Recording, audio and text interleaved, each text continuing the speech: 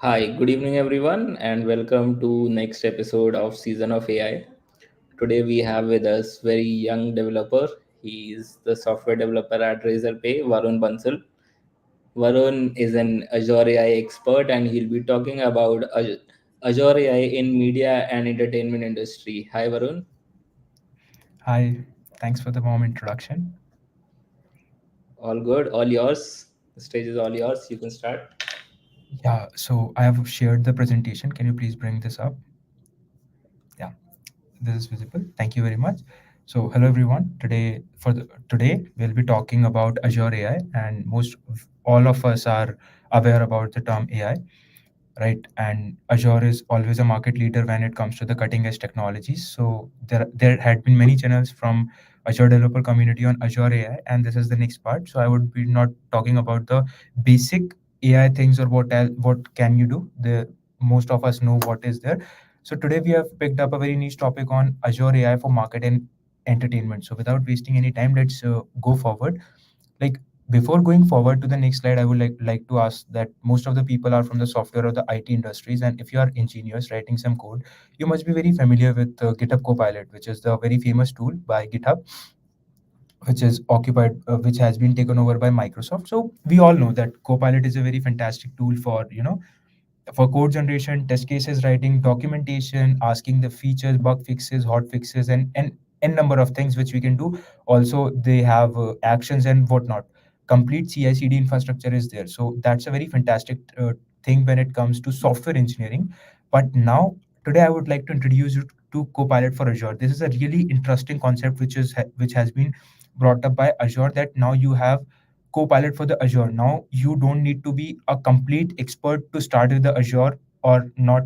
You don't need to go through the traditional ways where you are going through the documentations and learning each and everything, which could be little tedious and more time taking. Instead, you can go to Copilot. One more fascinating thing is that Copilot is not a simple model or a simple LLM which has been trained with a certain amount of data and now it's static and you can go and ask questions. No, it is dynamic, and I will tell you why.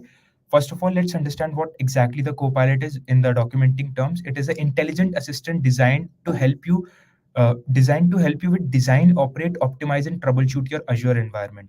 It's your buddy to help you out.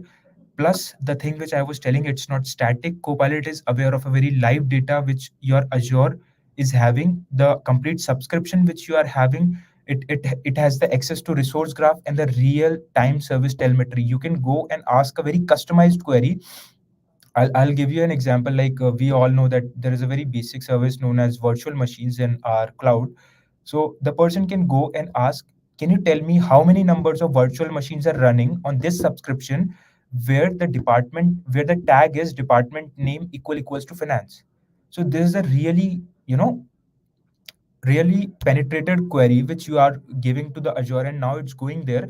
First of all, it is understanding the query, and then it is going accessing the real time data and then giving you the fruitful output. Now you do not need to go and navigate through 3 to 4 or 5 6 UI designs of the Azure. You can directly come up, ask your question, it will generate a query there itself. It will give you the option to run this query and the output is there. How easy is it? You do not need to go anywhere. You can ask anything to the Azure, like how should I go with this? What is the standard practice? I want to spin this up. What should be my security groups? What should be the key? Should I go with username or something, or should I go with the SSH keys, or should I go with the PEM keys and whatnot? So these are some of the things you can optimize. Like, these are the my machines. Can you please tell me how can I optimize? How can I save more cost on this thing? And it will analyze your environment at that time, and with the best practices, the best suggestions which had been there prevailing there for a long time, which are stable, it will come up, compare both these things, and then give you real time metrics that this is what you should do and you can do. So this is a very fantastic feature which I loved about Copilot. Now next slide is something about the architecture of Azure Copilot. So first of all, very very basic thing, Copilot front end. This is similar to every page. Everything has a front end. Front end is really required. And now, what exactly I mean by front end? It's a UX, or you can say a window like something where you can go and start your chat. which we have seen with most of the websites. Now, when you give your chat, chat can be of chat, code block, form, or many other thing are there. First of all, you give that chat, then that chat has been taken, and then it goes to orchestration layer and it is processed. That what exactly is the response, what exactly user wants to do. It does the sentimental analysis, the processing, what is the thing which has been told, understanding the context and giving the response back. Now you must be wondering, then what is the use of infrastructure, AI infrastructure here?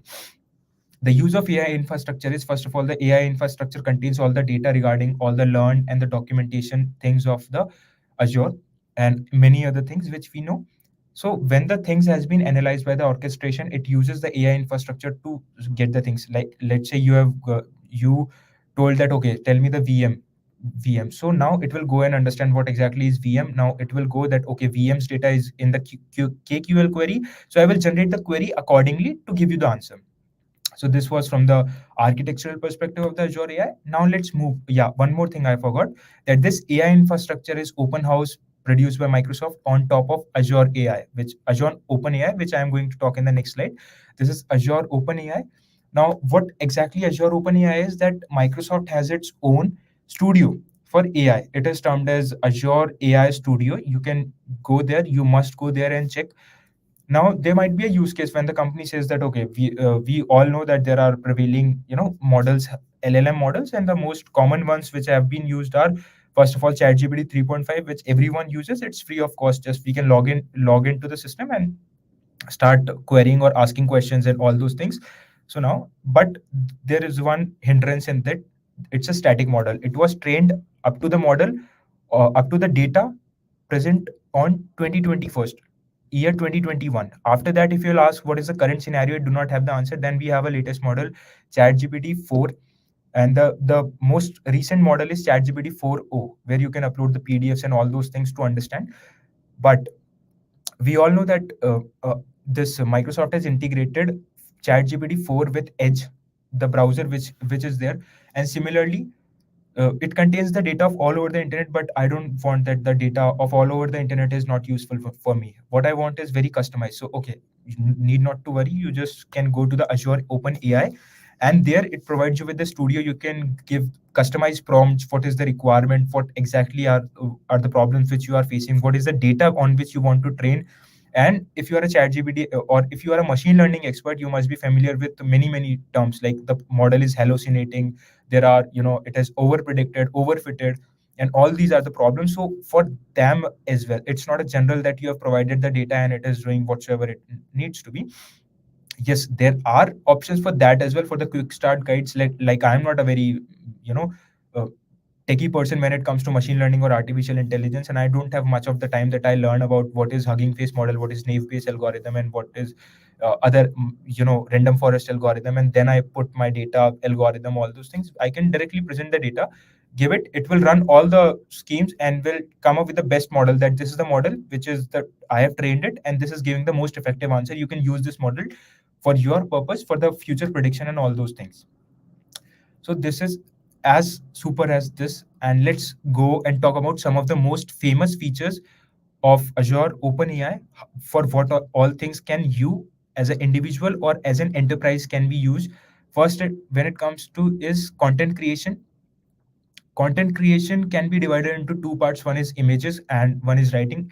Content writing is something that content writing is, very simple. We all know what all are the things when it comes to the content creation. You give it the context that this is the thing and this is what I want, so it gives you a pretty decent content written, and that too with multiple options. Now we all are familiar with Delhi.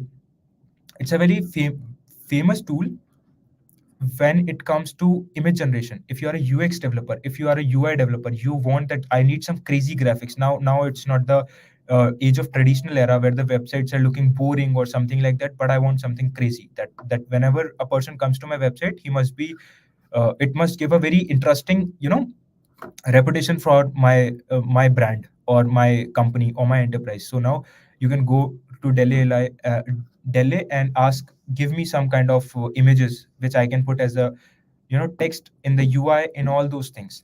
So these tools are available, customizable in the Azure AI Studio. One must go and check, not only the software engineers but for UI UX designers, and plus this has been taken care of that the person need not to be a very much informative person when it comes to the cloud computing or when it comes to the Azure. The things are very simple. Second is data grounding. I have marketing teams, they want me the data. Okay, this is the data you have given to me. Now the days are gone where we used to get the data from many networks and we used to load it into the Excel, and then we used to run simple bar graphs, pie charts, and all those things, and it would take weeks or 2 or 3 for more big data sets for getting the predictions or for getting the real output. Now in today's scenario you can attach multiple data pipelines that okay, these are 5 to 10 places from where my data is coming, and these all are the things. I will inject all that data into one place in the Azure OpenAI, and it will generate me insightful, it will give me very insightful things. Okay, this is your revenue, this is your sales, how you can increase it, what is the accuracy with, and that too not with generally that this can be done, that can be done. With proper data driven approach you can get these insights with a better accuracy than what you could have done on prem as well. It saves you first of all the upfront cost. The second, you do not need to have a very a very experienced and an informative person. Obviously experience cannot be removed from the industry, but what I'm saying is that your work will not get hindered if there is things, or there are many projects which are open source, or I am a developer. Now I might not have the bandwidth to connect with a very expert person that okay, what should I do, how should I approach, I can use this thing, and it will generate me very beautiful presentations and insights for what exactly are the things on my data.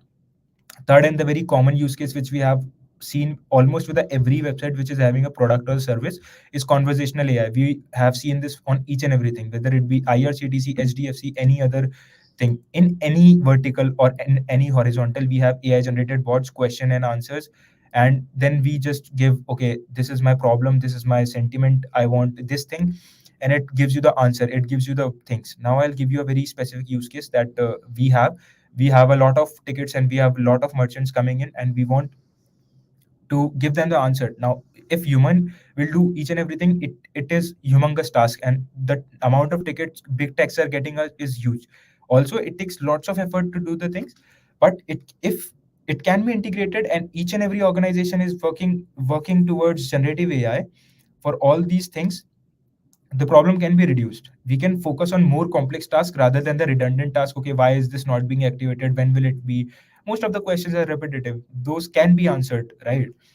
One major thing, now this is not just simple a chatbot which can chat with the things, but it can take action on behalf of humans.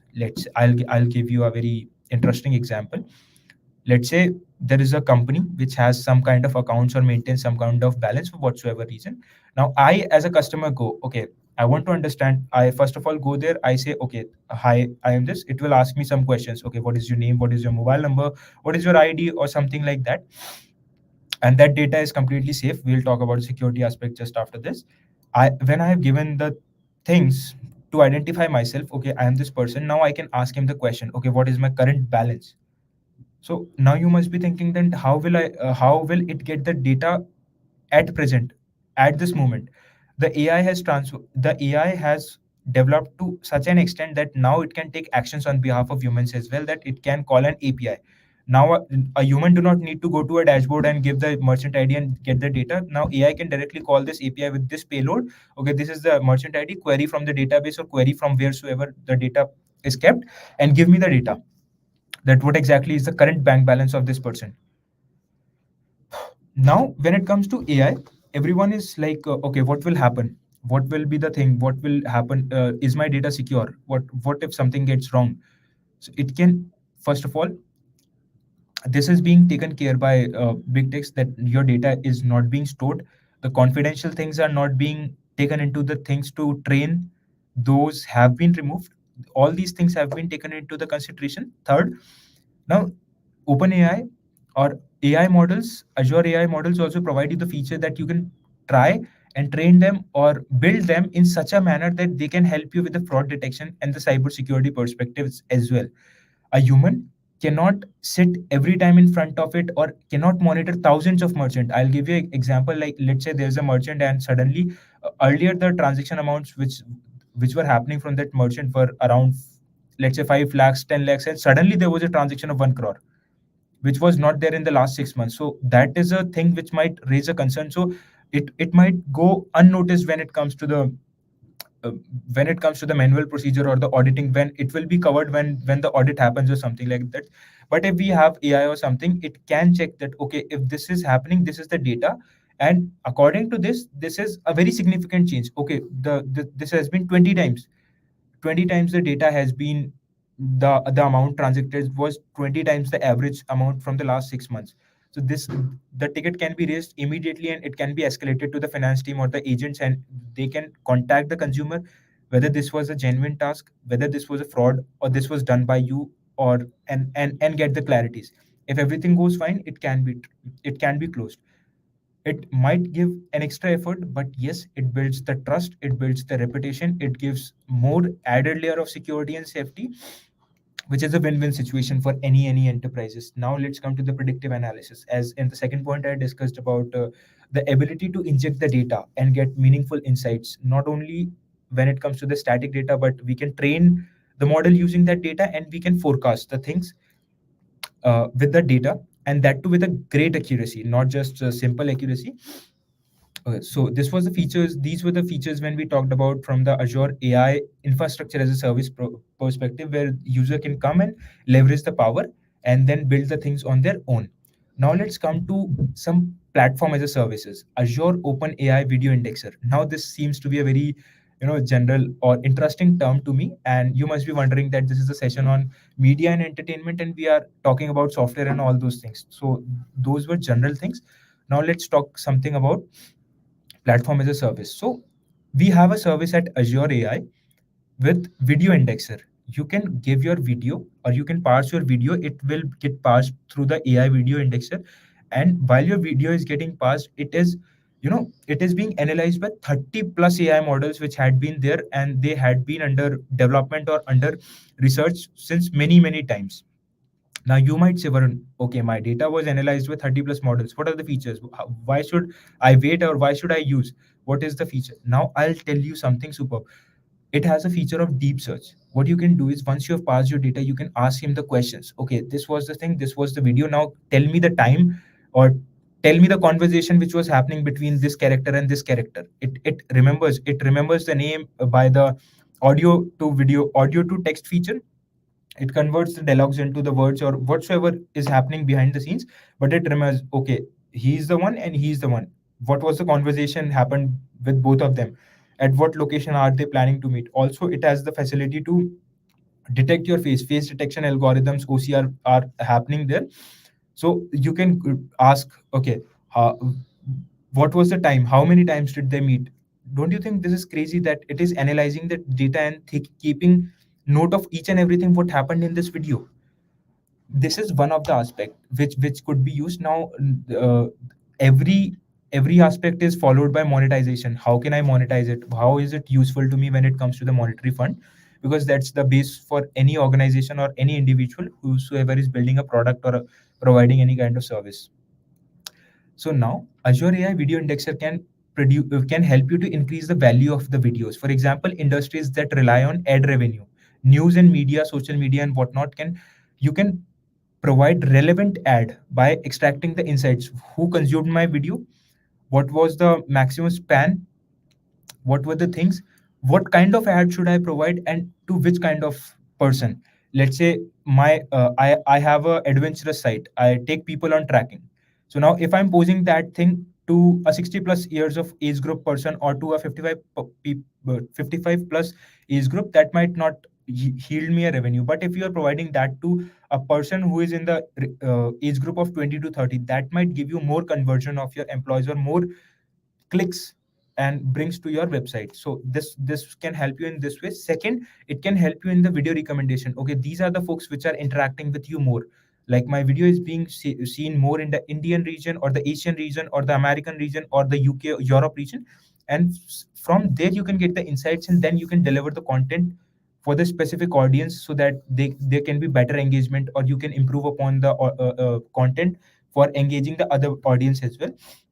That brings me to the last point, which is recommendation. Video insights can be helpful to improve user engagement by highlighting the relevant video moment to the user. You can also analyze, okay, this is the place and what is the time span or what is the focus span when the audience is looking into this. Like we just go through it, if we like it, okay, if don't, we just scroll it. So that might be useful for us as a content creator or as an enterprise who is there. Now let me bring to you a very interesting topic. This is really great. Most of us had played video games uh, in our childhood, or most of us play the video games today also. We all are very familiar with the Xbox, the PS5 machines, and GTA 6 and whatnot. There are many apps, and a very famous one which was PUBG, later renamed as BGMI. Now I'll be talking about PlayFab. What exactly PlayFab is? PlayFab is a complete backend platform for live games with managed game services, real-time analytics, and live ops. Live ops means live operation. Can you imagine? Azure is saying that you do not need your system or premises for games as well. Come to me and I'll provide you with the complete set of things. Just have a subscription, come to me and start one click, and you are ready to go with the deployment of your game. And now the users can use your game and they can play your game. Now, for the rest of the slides, we'll be understanding the things from the perspective of PlayFab or with an example of PUBG. Now let's go. Now let's understand what are the features. Let's say I have a game, and now I am a game developer, or I am an organization which have developed some kind of game. I want that I can host it somewhere so that the public can come and use it. Now it is a very difficult task for me to set up my whole on-premise system, come up with each and everything, and put a lot of upfront money. I do not have that much of investment. I do not have that much of infrastructure, that much of place to host my servers, to maintain the electricity, to maintain the cooling units, to maintain the electricity outrages, and hundreds of other things which are there. One stops functioning, other is stop functioning. So that might create a very chaotic experience for the users, and which might pose a very bad image in front of the audience. I do not want it. What should I do? I should go to the Azure and say, okay, this is my game. These are the settings which I want to, and give the main code or main application of my code of my gaming, and give it to Azure. It will automatically deploy on whatsoever. You have the flexibility to deploy it on multiple regions, that this game has to be played in Europe, UK, South Asia, Central Asia, and all over the world. They had quite few and decent number of regions, 20 plus regions, where one can come and go. What are the features, first of all, provided by this? First of all, which I have not mentioned, but yet a very important feature, low latency, which I have covered indirectly by saying that there are multiple regions. So you can host it in multiple regions and users can play the game without having a much lag. Like we do not like when the lag comes in the PUBG, when we are firing on another person and a lag comes and our bullet is not being recorded, but his bullet gets shot, right? So that's a really bad experience. We do not want it. We want very low latency and smooth game should happen. So that is possible. Second thing, cross network identity and data. When I remember when we used to play this game, we can we were part of other teams. There used to be a squad. If I play a squad game, if there is a space of one person in the squad, I was automatically attached to that squad, and now I can play the game with them. I It doesn't matter that they are from my locality, my city, my state, or my country. They can be around the world. So that functionality is also there. You do not need to worry. It can be handled in Azure PlayFab service. Second, multiplayer games. Again, we have the facility that the game can be played by multiplayers and not just by the bot and the person himself. Third thing, chat. Again, an important feature. Everyone used to chat that please revive me, please give me the ammo for 4.5, M14, and whatnot. Okay. Another thing, leaderboard and statistics, which we used to get after the finishing of the game, that this was the damage which I made, this was the leadership, how many kills do I made, how many, what was the damage I provided, and other things as well. What was the damage I received? All these are the things, statistics which are recorded, which are stored, which are provided to user, and the leaderboard are created on basis of all these factors. And live operations, the developer teams or the infrastructure team of that game can sit, they can log in. They do not need to have a separate dashboard altogether. They can come up, use the dashboard provided by the Azure AI services, and use it to understand the analytics, what is happening. If there is a spike, any spike in any particular region, they can spin up other instances to cater the increased demand, or they can auto scale that, okay, there is an increase in demand right now, so I can increase the demand and I can decrease it when the things are normal, right?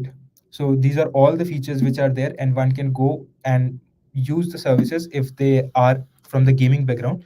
Like, this was the thing which I wanted to focus, that AI is not just limited to IT sector or just to software engineering or anything. It has expanded its arms to each and every vertical, each and every horizontal, whether it be marketing, sales, gaming, beauty, fashion, tracking, adventure. Everything has been covered, everything is now there, and everyone is using AI.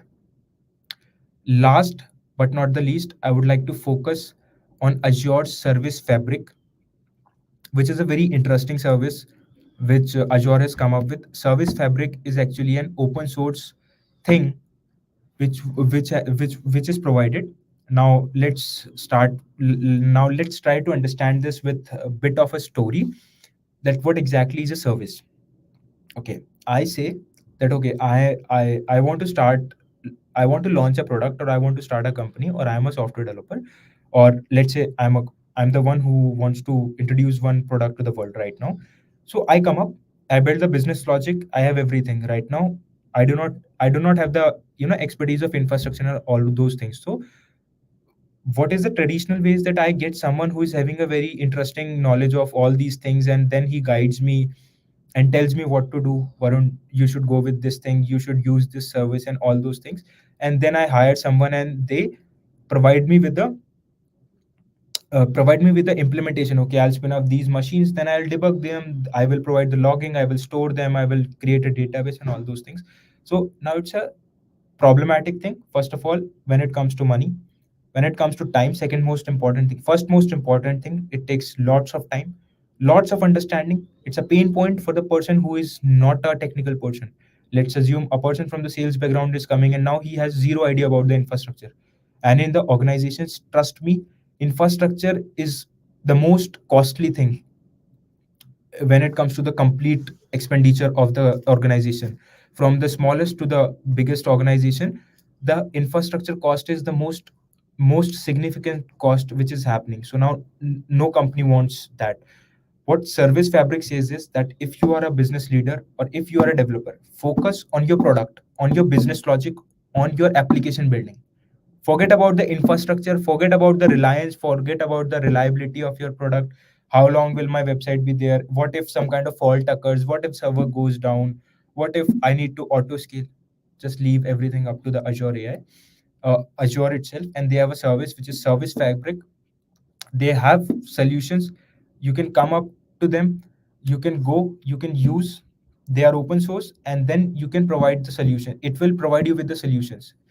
Let's go on to the next slide. What are the features which Azure Service Fabric is providing? First of all, it is simplifying building and managing the microservices application. In today's world, nobody is no if someone is building a new tech, nobody is working on monolith. If there are some legacy products which are there in our company as well, the companies are spending lot and lot of money to transform that monolith application to microservices. Now that's a very very tedious task, and monolith is very difficult to manage, and it's not very favorable thing in today's era. So everyone wants to go with the microservices architecture where each and every service is doing its job and they're communicating. Second most important thing is time to market. We are living in the era where the things need to be very very fast. We have competitors for each and everything, whether whatsoever may be the product, there is a competitor. And to keep your audience loyal, to keep them using your product, you need to have innovations each and every moment, each and every second. Second, there might be some regulatory compliances. RBI said something, government changed its policies, there might be some change from the leadership or from the boards, directors and whatnot. There can be many things, you need to change the things, and to change the things, plus change the things and bring the innovation in less time, or in less time than your competitors, is very important when it comes to today's world. That is what we mean by saying fast time to market, T2M. TTM. TTM should be really low if uh,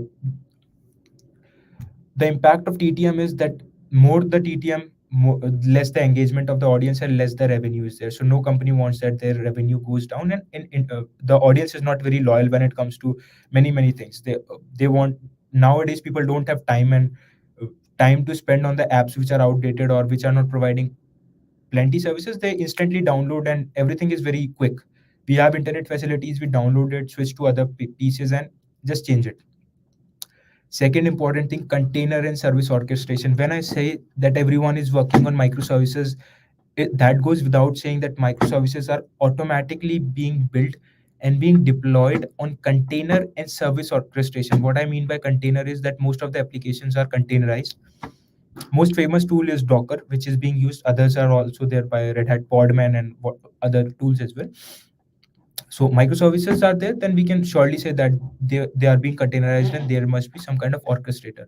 Orchestrator is a simple, in simple terms, is that there are plenty of containers, 10 20 containers are running, and there must be someone to manage all those containers. What if I said that there must be 20 containers up all the time, but some kind of fault occurred in one of the container? What if it switched off immediately or due to some reason? But that might impact my audience. They might not be able to reach my website, they might not be able to use my product, or they might not be able to shop.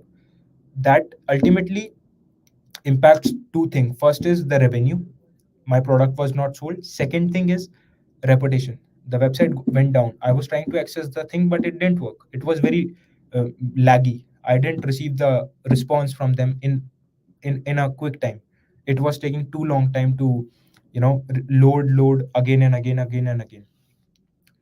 Nobody wants that, right? So we want that our system is resilient. So for that we have Kubernetes, which is again an open source thing, which is the most common tool or the most famous tool, I must say, for the service orchestration in same environment.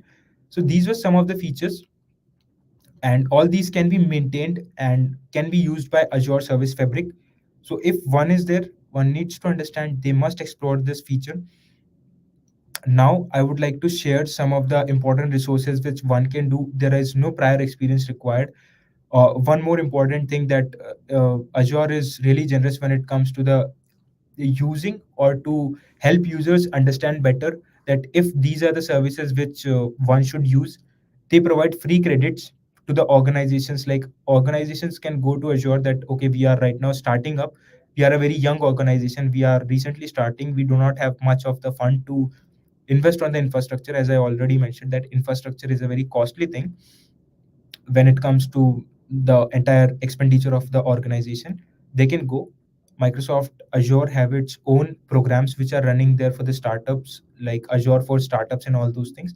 You need to fill a simple Google form, a simple form which is there, and that is submitted to the team, and then the team reverts you to understand better what your product is, what is the POC you have done, and all those things. And after that, they are ready to give you credits from $100 to $1,000, and that too on a regular monthly basis or something of that sort. So isn't that crazy? You are getting such a huge amount. $1,000 is almost 80,000 rupees of money, which we are getting per month. Per month, 80,000 is not a small amount of money if we have an organization or we want to start with that. So that's an interesting thing. We should definitely adopt to it. And now this was from the features which were provided. Now there might be a question that, is it worth it to go with the AI field, or should I go with the engineering field, or should I go with the whatsoever maybe the technical niche you are building, let's say data analytics or data science, or I want to be a web developer, I want to be a I want to be a DevOps engineer, and there are many other verticals which are there. So will learning AI help me? The answer would be yes. Like I tried to cover, and I emphasized on one thing, that AI is not limited to just technical perspective. It has expanded, and it has penetrated to each and every market segment, to each and every niche which we have in today. Whether you want to be a data analytics expert, you need to have AI tools. No company is having time, and now no company wants that there would be 3 to 5 weeks which are taking for analysis, or the for getting the data insights. There are tools available. There are, I remember the tool Data Robot. You provide him with the CSV which you have. I remember when I used to learn machine learning, there were certain things which we need to do. Is first of all we need to analyze the data set which I have. Okay, this, what are the important things? These are not important things, let's drop them. Now this is important. In this important thing, there might be a very common chance that I do not have proper data in it. The values are missing, I need to fill them, and most common was we taking out average or randomly filling some values. But that was also hindering things, and that was not really a cool way to go with the things. Today we have things in such a way that you give the complete CSV, no need to change any data, no need to remove the unnecessary column. The model will itself understand that this is necessary or not. And trust me, if you'll pick up something from the Kaggle, which is a very famous website for machine learning and the data science persons, where people contribute that this is my learning, this is the thing which I did in the 3 months, and this was the prediction, or this was the success percentage which I got. And you give this data to the AI things, and they are building the things for you within few minutes, let's say 15 minutes, 20 minutes, or at max 30 minutes. The accuracy, the prediction, the success ratio is more than that. Can you imagine? In just few minutes, in just few clicks, you do not need to go with the Python and write all those codes, all those algorithms, test each and everything, and then come up with the data, and that too static one. What if there is a requirement that I want to again and again train my model? Okay, this was the change which I made in this service. I need to provide it. That might be a tedious task when it comes to manual effort and all those things. All these things have been automated. Bring it, inject the data, and it will come up with the beautiful insights for you. It will provide dashboard, it will provide charts, and each and everything. They can be presented to the people. They can be used for internal audit purposes, internal decision makings, and many other services which we have, and will help us to land at the decisions at a very faster rate whatsoever. And today we were discussing, we, by we I mean anyone in the industry, whenever there is any kind of discussion happening around any product, whether it be creating a product from the scratch or optimizing the product or building something on top of that product, AI is a buzzword. Everyone wants that. Okay, this, what if we can integrate AI? How can we integrate AI? Why should not we integrate AI and do the things faster? Not just from the perspective of development, but in development also we want something in AI. When it comes to products, let's say I'll give you an example. There is a very huge demand of, there is a very huge support tickets which are being raised regularly.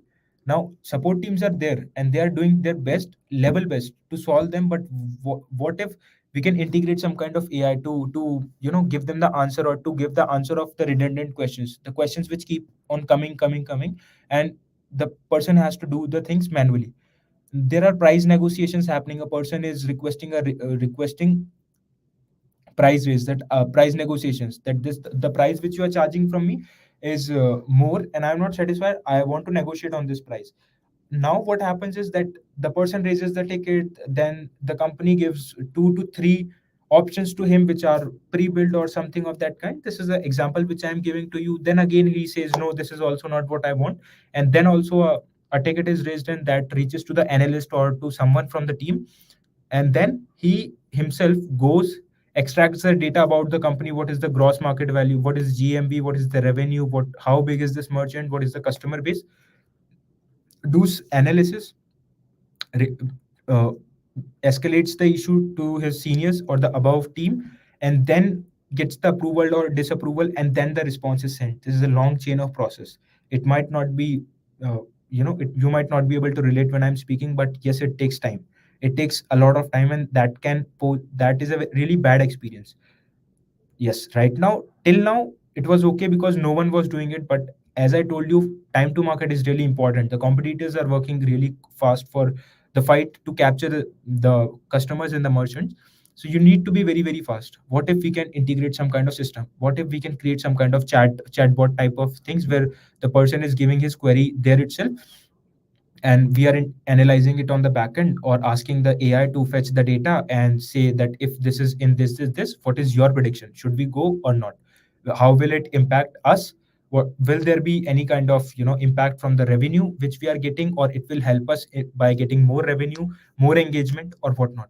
So that's going to be something really crazy. Everyone is using, in whatsoever field you are, whether it be technical, in technical, whatsoever vertical you are choosing, in horizontal, in whatsoever vertical you are, everything is today driven by data, and data is being predicted very accurately by AI, and AI has use case for each and everything. We like, I'm very sure that everyone is using AI twice or thrice in his daily use cases, and this is just the starting of the AI era. We are yet to proceed and go a lot more ahead. So that brings me to the end of this discussion.